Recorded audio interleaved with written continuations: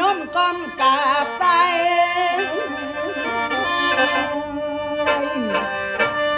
สาธุเด้อเมื่อผู้ข้านี่ถือไม้ในหัวใจก็ยึดมันบ่ผันปีดอกเปลี่ยนไปเสียที่ข้าระลึกได้คือองค์พ่ออยู่เนื้อหัวขออย่ามีมองหัวบรรลุไปถึงเป้า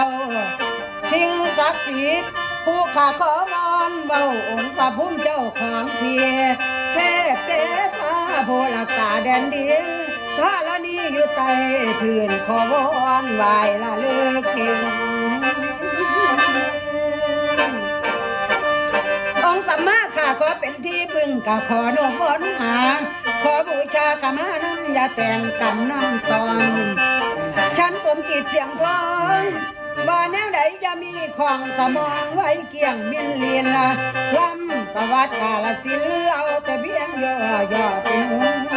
ขอได้อ่านเห็นฉันผู้ล้ำในหัวใจกระตื้นเต้นเป็นผู้ว่าคำก่อนคือพญาใจสุนทรผู้ก่อแปลงเด้อเมืองนี้ให้ดูดีเพิ่นเขียนมาฉันกะล้ำไปตามส่วนละประวัติเมืองอุบลก็หักมีอยู่ในนี่ขอโทษที่สิบ่เล่าเว้าสมัยเก่าๆเพิ่นว่ามาตั้งแต่กำเวียงจันทน์ปืนหัวหัวลาพี่น้องเอ๋ยมีข้าวเหนียวตั้งข้าวเจ้าปุ่นโมอยู่น้ำกันซื้อว่าบ้านกลางเมืองนี่ละคงสำคัญได้เล่ากันเฮ้ยคงจำได้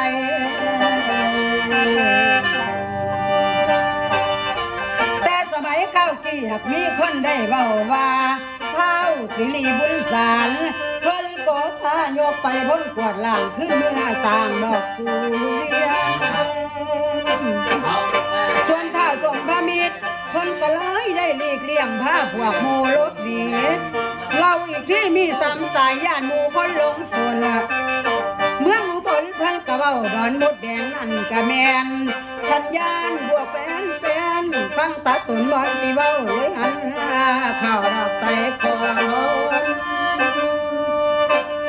สายที่สองนี่ก็ย้อนอพยพผ่านผู้บ้าน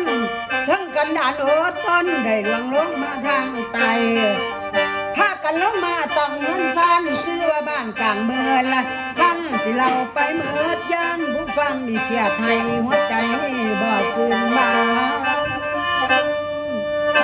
ขอโทษเด้อท่านผู้ฟังทุกท่านฟังแล้วท่านอย่าเวียนหัวคือเท้าสมภาเมียดคนในผ้าครอบครัวยกไปโผล่มาเนาอย่าง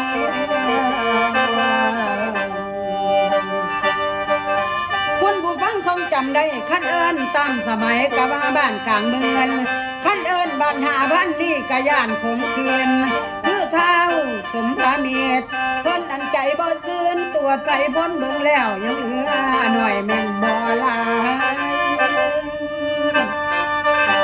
ขั้นเบามามันสิมนไอไปคนฟังนายโต๊ะฉันนั้นมาฟังกันสามูประสามสมนีจ้างสร้างดีมาได้เฮ็ดแล้วไว้สั่งพระเจ้าองค์ใหญ่ให้พวกคนได้อาศัยผู้ใดเกิดเดือดร้อนไปวอนไหวละเลยประชาชนยกเอาเป็นที่พึ่งพระเจ้าใหญ่อันศักดิ์สิทธิ์บ้านกลางเมืองยังมีเด็กชาลีทุกคนไปบนได้ฉันไปถามเมืองเนื้อท่านในตำนานบ้านกลางเมืองเท่าโบราณผู้คนอายุยืนคงที่พ่อจือได้